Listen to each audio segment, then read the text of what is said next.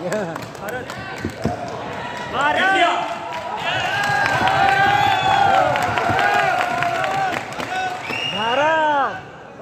मैंने बिजनेस जब शुरू किया था, जब मैं अपने जिले के किसी अलग तहसील के अंदर में जाता था तो लोग पूछते थे भैया कहाँ से है, तो हम लोगों को बताते थे हम हंडिया से हैं, क्योंकि हमारी तहसील हंडिया। राइट। जब अपने जिले के बाहर निकले, लोगों ने पूछा आप कहाँ से हैं, लोगों को बताते थे कि जी हम इलाहाबाद से हैं। फिर हम अपने स्टेट को छोड़कर बाहर निकले तो लोग पूछते थे कहाँ से हैं, तो हम लोगों को बताते थे कि हम उत्तर प्रदेश से हैं। और आज देखो समय कितना बदल गया कि अब वो दिन दूर नहीं कि जब लोग पूछना चालू करेंगे और हम लोगों को ये बताएंगे कि हम इंडिया से हैं।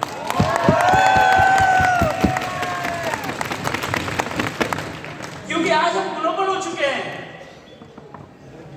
आज हम विस्तारित हो चुके हैं, आज पूरी दुनिया के अंदर में हमने कदम रखना चालू कर दिया है। साथियों, मैं मेरा थोड़ा सा परिचय अगर आपको बताना चाहूं तो आज चूंकि आज का ये जो माहौल है, आज का जो ये मंच है, ये बताने के लिए आज मुझे मजबूर करता है जो चीजें आज तक मैंने आपको कभी नहीं बताई, आज मैं बताना चाहता हूं। क्या आप सुनने के लिए तैयार हैं? क्या आप सुनने के लिए तैयार हैं? ये अजय शर्मा जो आपकी आंखों के सामने आज यहाँ पे खड़ा है, जब इस अजय शर्मा ने अपनी एजुकेशन पूरी की, जब इस अजय शर्मा को 2 पैसे कमाने की इच्छा हुई, तो मैंने बहुत सारे काम तलाशे पूरे हिंदुस्तान के अंदर में। हमारे जहां जहां मित्र, दोस्त, पड़ोसी, रिश्तेदार हुआ करते थे, हमने लोगों को बताया कि यार मुझे कुछ काम बताओ। और सारे लोगों में से सब ने अलग अलग काम हमको बताए, और उन सभी में से एक मित्र के कहने पे मैं मुंबई जैसे सिटी में गया काम करने के लिए। मुंबई में मैंने एक कंस्ट्रक्शन कंपनी में काम किया, महज 2500 रुपए महीने के अंदर में। मैंने आप लोगों को नहीं बताया कि मैंने 1996 सन 1996 के अंदर में मैंने सहारा इंडिया ज्वाइन किया था।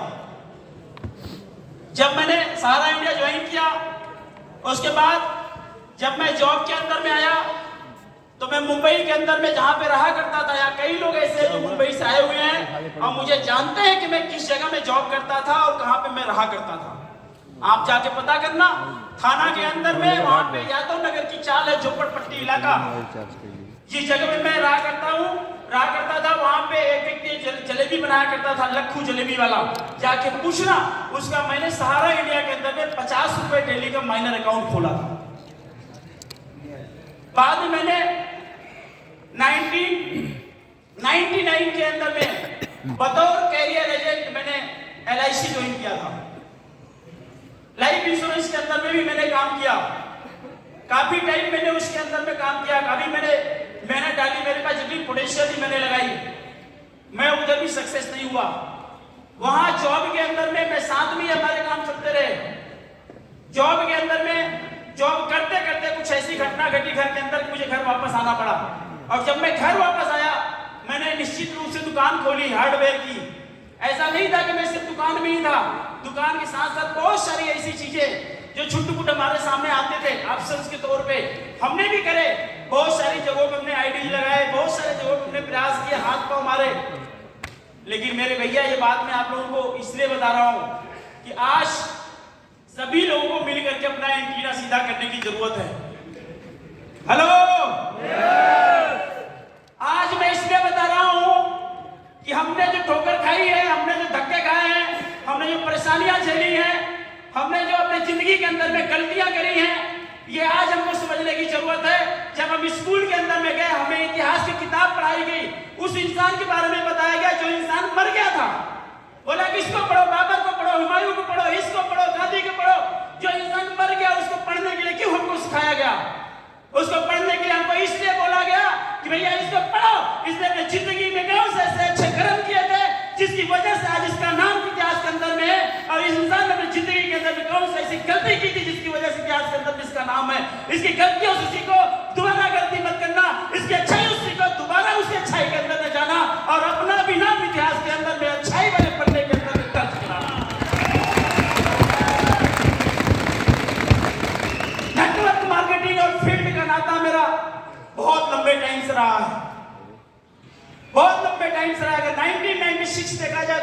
उस समय भी सारा इंडिया के अंदर में टीम बनाया जाता था, नेटवर्क बनाया जाता था। अगर आप जोड़ के देखें 96 मतलब 4 साल उधर, 23 साल इधर, 23 और 4 27 साल मुझे हो गया फील्ड के अंदर में, 27 ईयर, और ये 27 साल का अनुभव आज मैं आप लोगों को बताना चाहता हूं। इन 27 सालों के बीच में जब मैंने एक ऐसी शख्सियत से मुलाकात की जिसका नाम लेते बड़ा फख्र होता है, गर्व होता है, आदरणीय श्री सत्यन भाटिया जी हमारे सामने बैठे, हमारे गुरु हैं, हमारे भगवान हैं, हमारे जैसे पता नहीं कितने लोगों की जिंदगियां सबने बदली हुई है। मुझे जिस इंसान ने बिजनेस ज्वाइन कराया वो इंसान 6 महीने के अंदर काम छोड़ के चला गया, 6 मंथ के अंदर में। यहां बहुत सारे लोग बोलते हैं मेरी अप्लाई चली गई, मेरा ये चला गया, मेरा वो चला गया, लेकिन जिस व्यक्ति ने मुझे साइन कराया था वो व्यक्ति गलती से सर को भी मेरे से मुलाकात करा दी थी। जसवीर सर जी मेरी ग्रेट अपलाइन, मुझे गर्व होता है, फख्र होता है, आप सबकी भी अपलाइन है। हम चाहेंगे खड़े होकर एक शानदार ताली सर के लिए होनी चाहिए, शानदार ताली होनी चाहिए सर के लिए।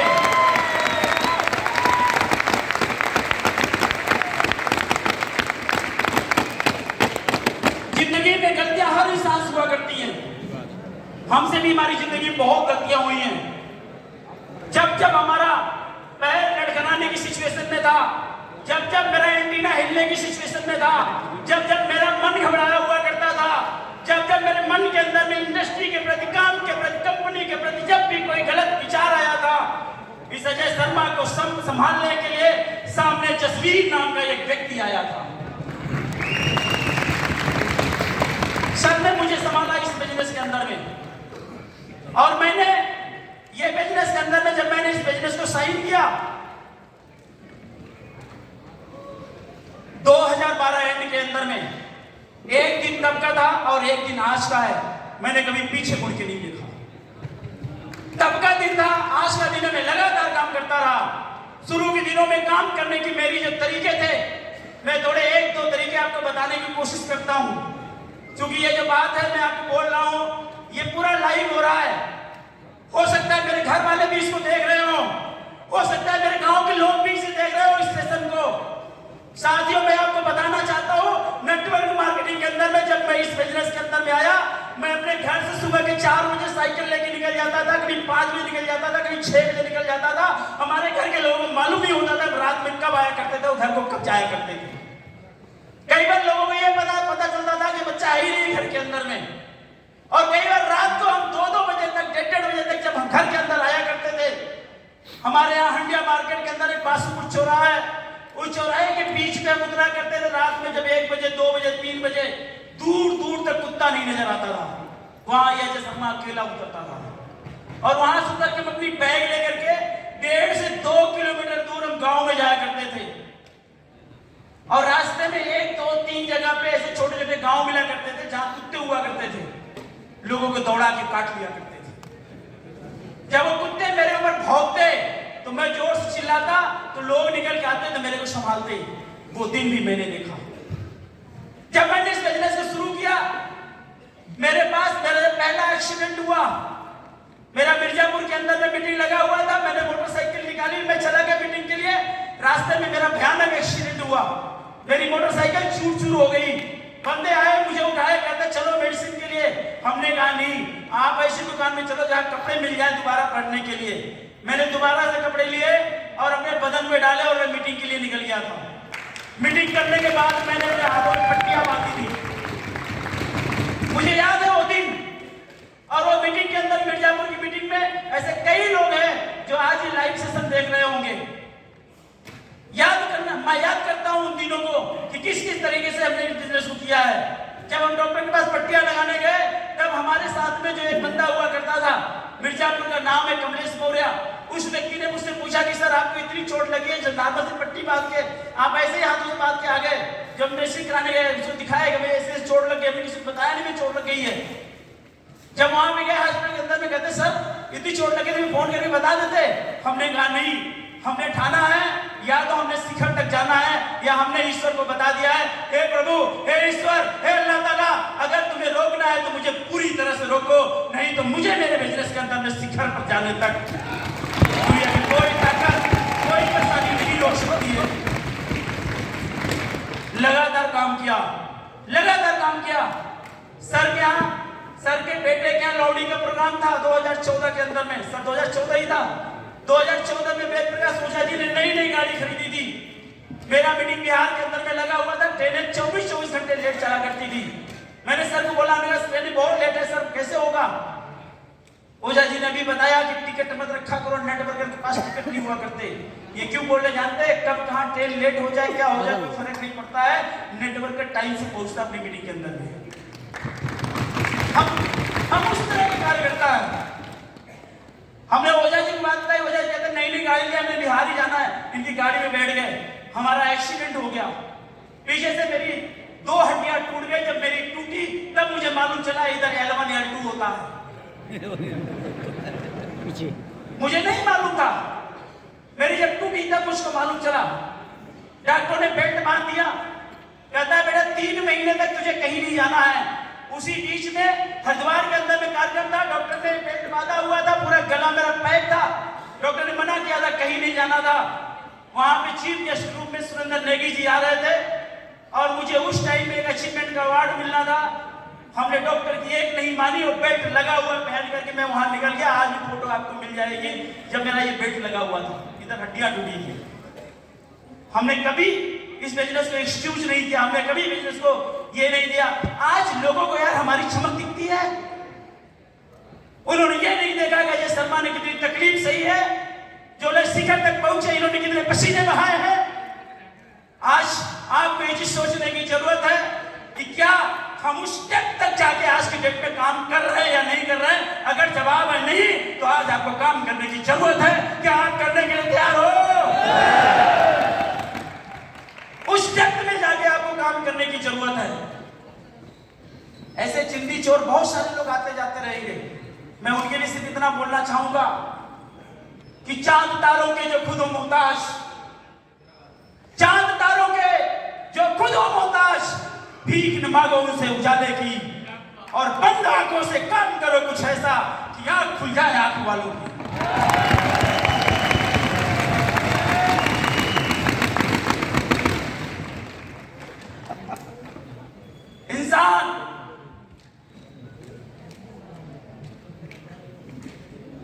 जब इंसान की जिंदगी में काल का छाया होता है, हेलो,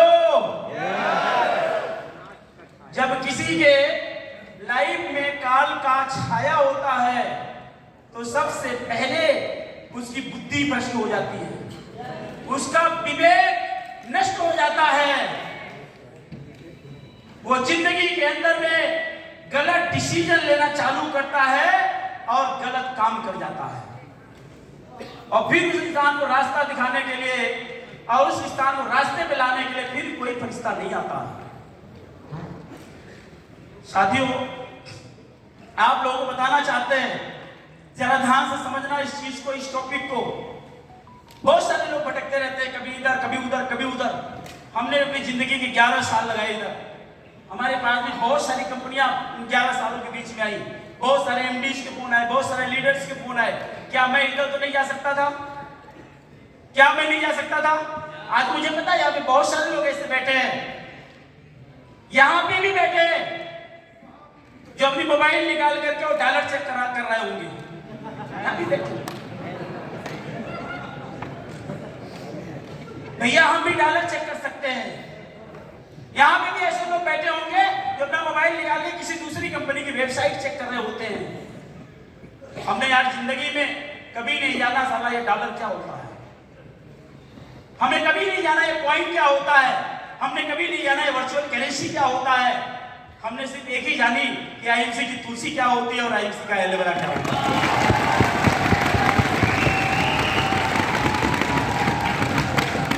इसलिए मैं यहाँ पे आया। मेरे साथियों, आज इस देश के अंदर में, जिस कंट्री के अंदर में आप बैठे, जानते हैं थाईलैंड को यहाँ की मदर भाषा में क्या बोलते हैं, क्या उसका मतलब जो ट्रांसलेशन है उसका शाब्दिक अर्थ क्या है थाई का, पता है आपको? थाई का अर्थ है स्वतंत्र, लैंड मतलब जमीन, यही हुआ ना थाईलैंड। अभी आपने यहाँ पे नाट्य देखा, भगवान विष्णु जी को इधर से लेके आए, देखा या नहीं देखा आपने? यहाँ के जो राजा है ना, यहाँ के जो राजा हैं वो अपने भगवान को राम जी को अपना पूर्वज मानते हैं, ये पता है आपको?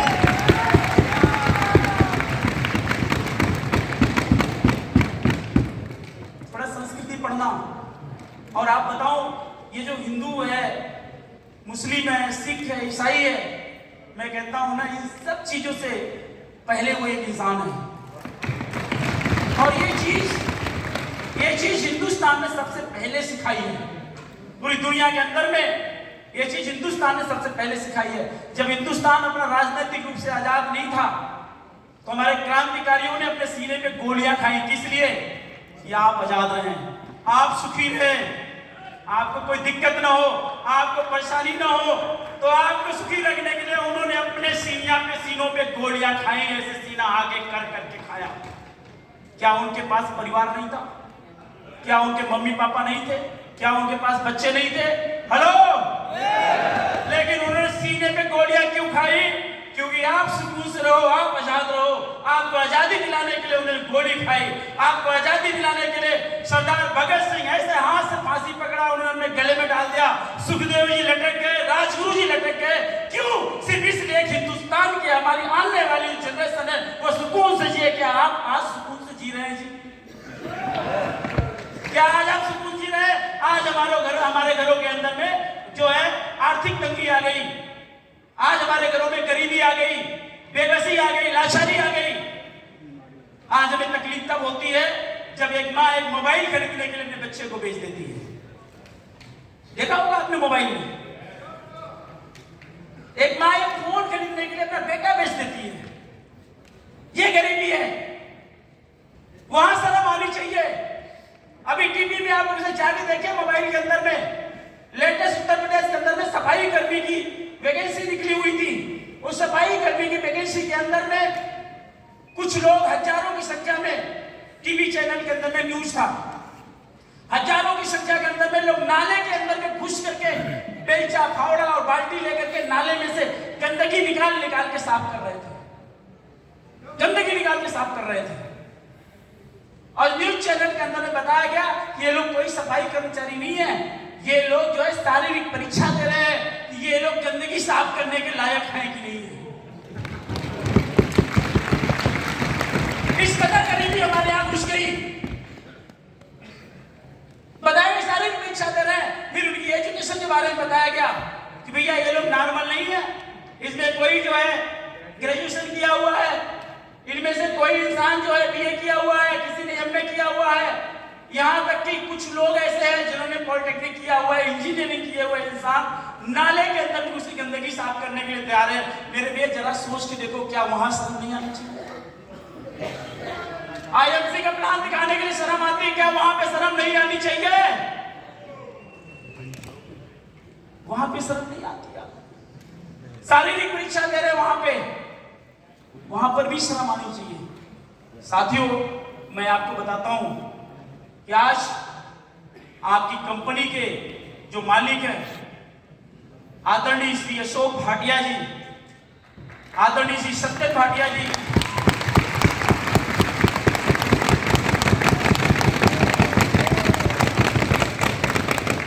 आप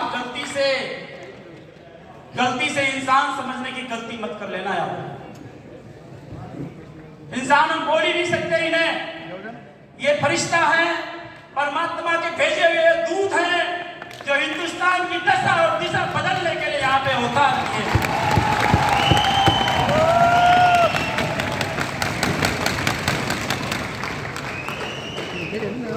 आज समझ जाना, बिल्कुल बच चुकी है, विरोधियों की लंका चल चुकी है, हिंदुस्तान का डंका बच चुका है इसी के अंदर में।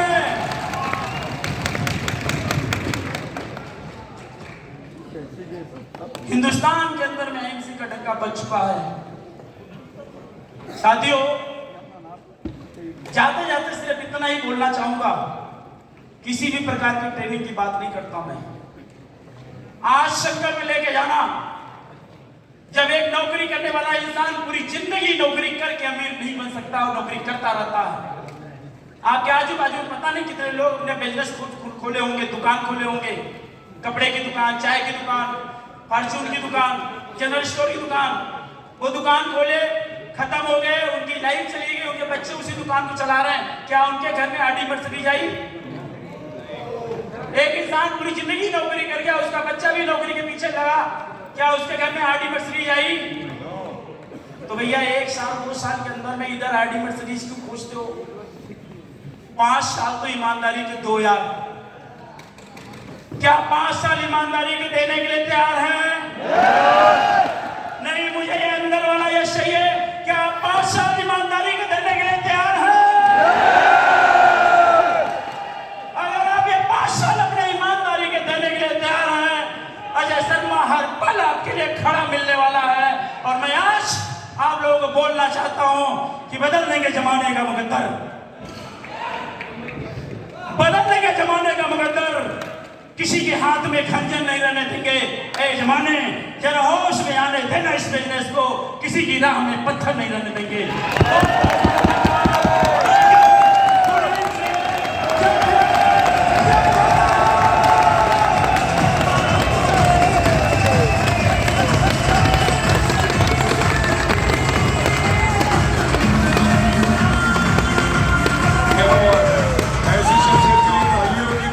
बिल्कुल नहीं होनी चाहिए।